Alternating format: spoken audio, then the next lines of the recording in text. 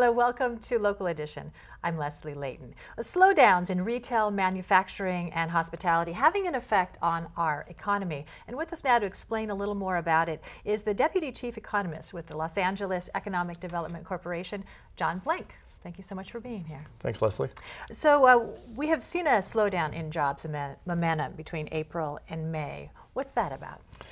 Well, that's a good question. I don't think anyone can answer it straight away what the answer to that question is. But what we've seen is that there's been two very distinct economic forces that are playing out right now. Mm-hmm. One is the slowdown in the retail and hospitality in the leisure industries, mm-hmm. which suggests consumers are starting to restrain themselves from activity. And it seemed there was a little confidence there for a little while. There was a little confidence there for a little while, but it comes and flows with the stock market and with the job market. Mm-hmm. So there's kind of an interaction going on here, and as they pull back and slow down, so does the amount of activity in the consumer space. It starts to affect everything, and you say as well that retail, leisure, and manufacturing pull back. Right. Manufacturing was a little different. Manufacturing has an international component to its demand structure. Mm-hmm. So what we're seeing with manufacturing is a lot more 16-month out of time in expansion that has come to a halt.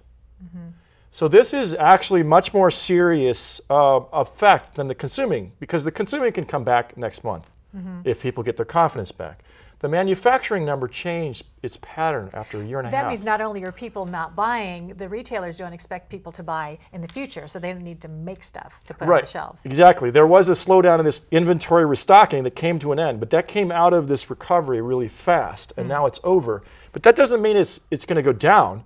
It just means it's going to plane. And that could be a long, painful road ahead. You know, what are the tie-ins to the Los Angeles economy? What's the local story? The local story is very similar to this. In fact, the local story led us into this situation that the economy is in. Because, for example, where we were speaking out here in Riverside, San Bernardino, is the highest metropolitan unemployment rate in the United States for its sister cities. 13%. Very, very high. Why is that? Because there's no housing going on. That was the construction area which drained all the manufacturing jobs and everything else. The real estate boom turned into a bust, and there's such a flood of properties on the market. Correct. So there's now been a stalling, and if you can look at the rest of the job numbers, financial jobs and construction jobs are going nowhere. And they've been flat in this part of Los Angeles for 16 or 17 months too. So in the big picture, we've seen the stock market's been gloomy for at least 5 weeks now, and now we get these reports about retail, manufacturing.